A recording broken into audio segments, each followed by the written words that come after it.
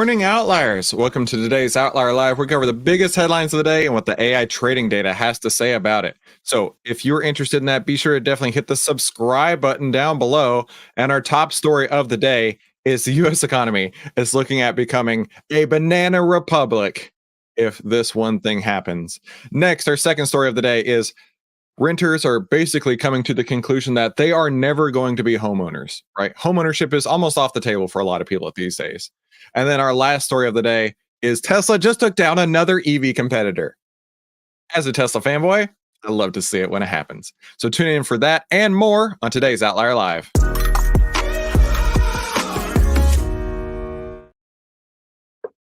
We are live, so give me 2 seconds here because I got to grab something. There we go. Okay. Pardon me, I wasn't totally prepared. All right. Top story of the day.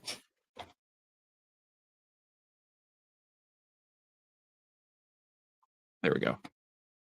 Top story of the day. The U.S. economy is at risk of becoming a banana republic if Trump goes to jail. That's according to this ex-White House economist. Kevin Hassett says if Trump goes to Rikers, it'll be one of the largest market impacts we have ever seen. All right, let's take a look at this. I'm super curious at what this person has to say, right? As America's macroeconomic story has slowed quite considerably over the last year, one former White House advisor warns of the big risk to financial stability, right? We've all seen it, right? Everywhere you look, inflation is just basically taking down the economy, but those in charge, they don't want you to think about that. They are saying, stop having such negative feelings. Just go out and buy stuff these days. Quit complaining that everything costs at least 20% more, maybe 50% or 100% more, and just act like everything's okay. I don't think we can do that anymore. But this person's saying that if Trump goes to jail, all hell's going to break loose in the economy. I really think if you look at the case in New York, the judge is being so undemocratic, unconstitutional in his rulings against President Trump, it really looks like there's a conspiracy to put him in jail, to put him behind bars. We've all seen this, right? If Trump goes to jail, is in chains, going to Rikers Island, then would you want to buy, just reloaded, the U.S. Treasury the next day? Probably not. The U.S. GDP is the broadest measure of goods and services. It grew 1.6% on an annualized basis in the 3 months beginning January to March. It marked the slowest pace of growth in 2 years and significantly missed the 2.4% increase forecast by economists and a sharp slowdown from 3.4% seen during the fourth quarter. After posting subpar growth momentum, stock investors went into selling mode as markets reacted to the Dow Jones falling over 375 points. The thing that I'm really worried about short-term risks to the economy is that the Democrats are in serious lawfare. And if they actually succeed, then imagine, it's like we're going to be in a banana republic the moment they take them to Rikers. And I just can't imagine what happens to treasury markets that day. Dude, I think he's got a total point, right? Like, we're all seeing it. We're all seeing how the left-wing establishment is basically saying they're going to do everything possible to take down Trump. But dude just continues to win legal battle after legal battle because they don't have anything to stand on. But the real issue, I think, is exactly what he's saying here. If they can manage to put him in shackles and take him to prison, even just for a day, even for some sort of like just public display of humiliation, that is going to set a huge ripple effect across so many markets saying, what are you guys doing? Why are you actually acting this way? What in the world are you doing sending a presidential candidate to jail? And it is absolutely reminiscent of a banana republic, of a third world country, right? That's exactly what it looks like to me. Now, whenever I thought about this, or whenever I read the story, my first thought was Banana Republic. I think the Gap owns Banana Republic. Let's take a look at the AI trading data for GPS Gap. And in fact, on today's very day, we got a buy signal on GPS. So GPS, they own Gap, Banana Republic, Old Navy, all those type of outlet store, or not outlet stores, but all those type of stores where my wife loves to go shopping, right? So we did get a buy signal today on that. And We're coming into summer, coming into vacation season, right? I just yesterday spent like $500 on different things that I needed for vacation we have coming up soon. So looking at this, to me, it kind of makes sense that the market is looking at a buy signal here on GPS, because a lot of people are going to be buying a lot of stuff in the near future, and they probably are jacking up prices because of the fact that inflation's running out of control, so they can have even higher revenue. So I am curious to follow that, right? Now, looking at the performance summary here, we can see following these outlier buy and sell signals, a 170.11% return just in the last year, 170.11% return on gap. So gap is pretty outstanding when you look at it at the outlier data. But I want to show you something even more outstanding. I want you to head over to freetradingdata.com, where I have my free pre-market power-up checklist that I want to send to you 100% for free, no questions asked. Go over to freetradingdata.com and I'll send you my pre-market power-up checklist. So let's go see what the internet has to say about this. President Trump makes a statement saying he's willing to go to jail to fight for our Constitution and constitutional right to free speech. We're witnessing history. America is being turned into a banana republic, and this man is risking his life to save our country. I don't know. I mean, like, I just look at everything that's going on these days, and it really makes me wonder, what are they thinking, right? What are they thinking? Why are they trying so hard to put him behind bars? Why? What is going on? Is it that they don't want to lose power? Or is it that he knows something, or he's going to put policies in place that are going to take down everything that we've seen over the last few years, all this unbelievable control that we have seen? This is funny. Well, he lost. Trump lost. LOL. Trump is all in. We need to put our best effort into making sure this election is fair by poll watching and recruiting every single possible voter for our side. I only got into politics right after the 2020 election. Before that, I really couldn't care less. But once I saw all the one thing that got me was I was watching I forget what it was. It was probably Fulton County, Georgia, where all of his legal problems are happening right now. Where they were putting up these blockers basically for the poll workers, right? And there were people just watching them cover the windows so they could do whatever manipulation they were going to do behind the scenes. And from that moment forward, I'm like, this game is so rigged. What is going on here? That was my moment, right? Tell me in the comments what your moment was when you started watching politics, right? That's why we love him. Trump is willing to risk it all for America. And this person says they are so ready for November. Put in the comments down below what you think of this story, because I am very, very curious to hear what you have to say.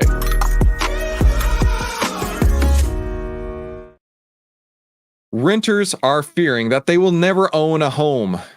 That's according to a Fed survey. New York Fed data shows most renters in the US have lost hope that they will achieve the American dream.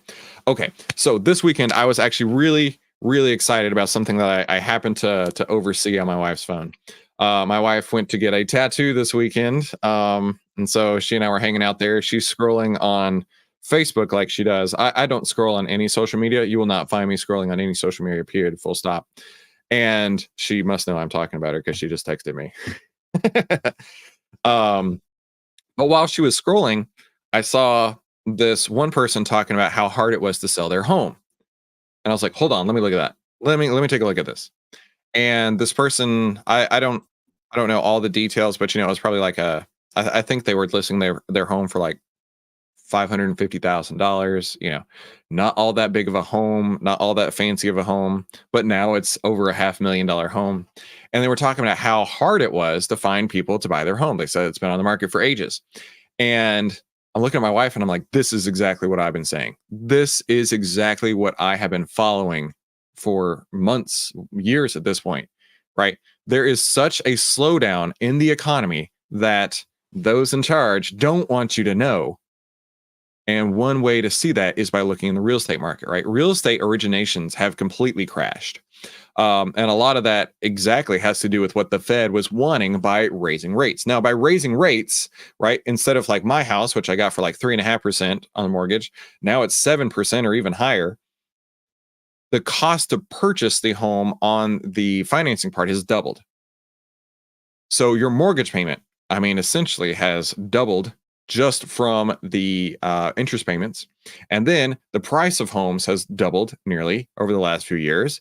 So we're now looking at a compounding effect where you may have been able to afford a home 4 years ago, but now post COVID, post rate increases, post inflation, it's impossible. And that's what these renters are saying are here, right? They're never going to own a home. Like to own my home today would cost you 4 times as much per month as what I'm currently paying. I'm not going to be leaving anytime soon. And so this person who I was looking at on my wife's phone was really complaining about the fact that they haven't found anybody to buy a home. And it just makes total sense to me. The only way for you to sell your home is if you cut your rate, which is exactly offsetting inflation. Or I'm sorry, not cut your rate, but cut your price, which is exactly what the Fed was doing by raising rates. They're forcing you to lower your prices. This goes in for autos. This goes in for homes. This goes in for all kinds of stuff that you could be selling. When the financing costs so much more, the only way for you as the seller to sell that item, whatever it is by lowering the price. That is how we fight inflation, by raising rates. Now, at the same point, it also stymies the economy until sellers start pulling it down, right? Because this person at some point is going to come into a dire situation where they're going to be like, I have to sell. My other house is closing, or my cargo ship is moving across the ocean, or whatever the case is. My deadline is here. I have to sell. I am now a very motivated, very dramatic seller. I have to cut as far and wide as I can. And I think we're finally going to start seeing that happen. I think we're finally to the point where where prices are going to start to fall precipitously. Not only are prices going to start to fall, but it makes total sense because if you look out in the economy in general, right, prices have gone up, yet there has been really no price relief from consumers. So they've been just stacking on credit card debt. And now we've reached a point where credit cards are starting to max out. Companies are starting to say, oh, geez, we're not hitting our sales targets. I forget it was a fast food restaurant. I forget which one it was, but they completely got their targets just absolutely murdered. I know McDonald's had this happen, but there was another one that just happened recently. McDonald's, for example, expected a 4% increase in sales over the last year, ended up with I believe it was a 6% decline in sales. And you consider the fact that McDonald's has raised prices and they still couldn't even hit the 4%, let's call it inflation adjusted sales increase, means that their total unit sales went down huge, right? If you can't hit your sales increase just from the inflation, that means you really got a 10% drop overall in sales. And man, I tell you what, this is going to start rippling across the economy. I absolutely think that's coming, right? Let's look here. The share of U.S. renters who believe they'll someday own a home has plummeted over the last year. The home affordability crisis continues to make the American dream appear too far out of reach. Now, they're starting rumblings of putting out some sort of legislation where it's going to limit the number of homes that investors can buy, limit the number of homes that institutions can buy, in theory, putting more inventory out into the market, right? Renters' perceptions about the ease of obtaining a home mortgage have deteriorated substantially since 2023. Yeah, I understand completely. The percentage of renters who say that obtaining a mortgage is somewhat or very difficult jumped to 72 or 74.2%. That's an 8 percentage points increase from last year and far above the low of 50% in 2021. Wow, look at that. It's gone up by 50%, right? 50% up to 75 is a 50% increase, right? It has gone up by 50% basically in the last 3 years. That's crazy. The percentage of renters who believe they will eventually become homeowners fell to 40%. Wow. I couldn't imagine what a dire situation that must be in, right? Where you just are coming to the realization that I'm never going to be able to afford a home. I'm just going to rent. I'm just going to throw away $2,000, $3,000, $4,000 a month in rent forever. And that's never going to go to any sort of capital appreciation. That's never going to go to principal. That's never going to go anywhere up except to your landlord. All right. That's a really dire situation. Now let's take a look at DHI. So DHI is the home builder, DR Horton. And I think a stock like this could really be hurting lately because if less people are deciding that they're never even going to buy a home, then why would they even go out and start talking to places like DR Horton? But surprisingly, we do have a buy signal on DR Horton. That buy signal came on March 25th. And following these signal returns, we could have seen a 106.2% return following the outlier buy and sell signals. So, we got a buy signal lately, and a lot of people are still saying, hey, you know what? I'm not going to be in the buyer's market. So I don't know who's buying these homes or who's buying the stock to go along with this, but I will say right now that if I were in the market to buy a home, I don't know if I'd be able to buy. I certainly wouldn't be able to buy the home I have now, and I think that that is definitely going to start hurting the company DR Horton, right? Hey, real quick, whenever I look to buy a stock, I have a few simple criteria that I follow, including the buy and sell signals here in Outlier, but I also have a lot of other things, right? And I want to send you my bullish power cheat sheet. And on the bullish power cheat sheet, it outlines every single thing that I need to see to know that a stock is showing significant amounts of bullish power. You can grab your own copy of that at bullishpower.com. So let's go see what the internet has to say about this story. Nearly 40% of U.S. renters don't believe they'll ever own a home. That's up from 27% last year. That's so crazy. I mean, who wants to buy an 1,800 square foot condo for $900,000 with an 8% interest rate? Yeah, I think that's exactly right. Here's an ad from Robert F. Kennedy. The dream of home ownership is slipping away for many Americans with high mortgage rates, rising prices, and stagnant income. He's saying corporations could own 40% of single family homes by 2030. And as president, he's going to do whatever he wants to do. This person says, can't wait to tell my grandkids about the good old days of renting forever. Oh, that's brutal. You'll own nothing and be happy, just like they planned it. I think we've all seen this playing out the last few years, and it's really, really sick. Well, Tesla did it again. Tesla killed another company. And yes, I see all your comments. So I'm going to go ahead and address them right now. I am a Tesla fanboy. I'm a Tesla stan, Elon stan, whatever. I simp for Elon, all that great stuff out there, right? Yeah, Tesla fanboy. Right. Go ahead and drop your comments in the video below, right? Mercedes-Benz CEO says automaker will continue to make gas-powered vehicles for years longer than planned because they can't compete with Tesla, right? I mean, please leave your comments down below about how much of a Tesla fanboy I am and how Tesla sucks and everything else. But really, honestly, why? Why do you have that opinion? That's what I want to see in the comments. Tell me why you have this opinion. Or is it just the fact that you have been brainwashed? You are wanting to live in the past, while Tesla fanboys like myself are living in the future, right? Yes, I am engagement baiting you so hard right now. Mercedes-Benz reiterated this week that it will continue to produce gas-powered vehicles well into the next decade, acknowledging its goal for producing nothing but electric vehicles is not going as the company had hoped, amid a decline in profits. We want a CO2 neutral fleet by 2039, says the CEO. And he's prepared to make remarks to shareholders at the next meeting. However, the transformation might take longer than expected. Mercedes is going to stick with making both EVs and regular cars, combustion engines, if the demand is there into the 2030s.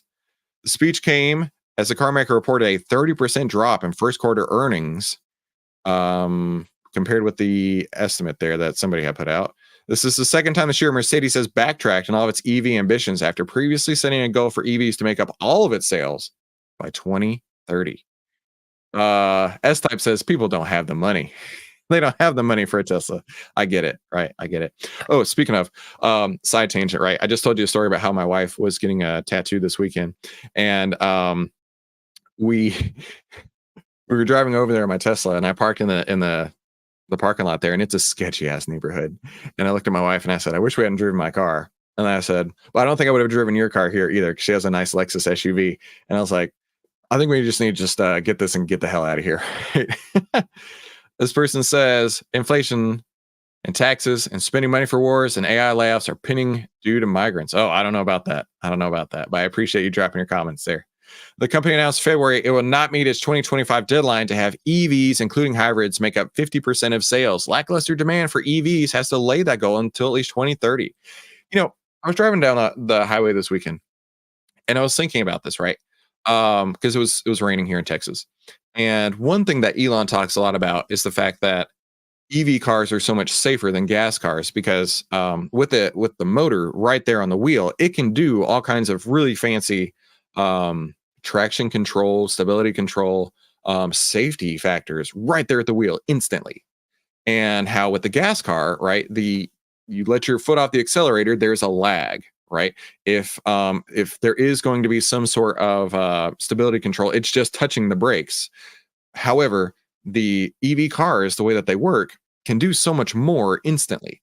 So I got to thinking to myself, what if a hybrid is not necessarily a gas powered car with a battery, but rather a electric car with a generator, right? Because if it's an electric car with a generator, you still get all the benefits of an electric car, but then you can just fill it up within a couple minutes, and that generator continues to produce the power needed to power the electric motors and the battery.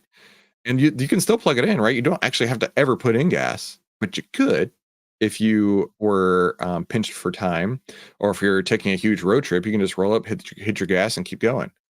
I don't know. That's just an idea that I thought of, right? Why not make hybrids that are just generators on wheels for the electric cars?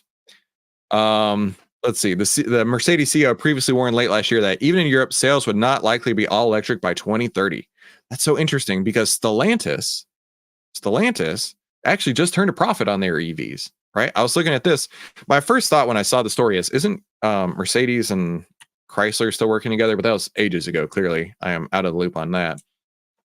But the electric vehicles are finally turning a profit for Stellantis. And so that just came out a couple of months ago in February. So I'm very curious to see if Stellantis is adopting some of the manufacturing technologies and efficiencies that Tesla has, whereas Mercedes is still stuck in the past so much, making their dinosaur cars. That's what I call the non EVs, making their dinosaur cars, that they haven't figured out a way to turn profit. But if Stellantis has, surely Mercedes can, right? So speaking of Stellantis, let's go look at the AI trading data for them, right? We got a sell signal on Stellantis. Let me zoom in here. We got a sell signal on Stellantis February 29th. And if you can see here on the chart, right, it started at around 26 bucks a share and it's down at $21 a share right now. So it's come down, what is that, like 20% or so, maybe 25% from that sell signal. Super timely sell signal there. And in fact, let's take a look at the AI trading data. We show outliers showing 105.25% return, which is pretty outstanding in my opinion. Now, listen, a lot of people want to trade stocks and they don't know where to start, right? And that's why I have actually created my golden ticket AI stock trading system, right? I'm going to send you a free copy of it if you just go over to turntradesIntoProfits.com. You can get a copy, everything you're going to need to know about my golden ticket AI stock trading system. And it includes a lot of what you see on the screen and what I talk about every single day. So head on over to turntradesIntoProfits.com right now to get your copy of the golden ticket AI stock trading system.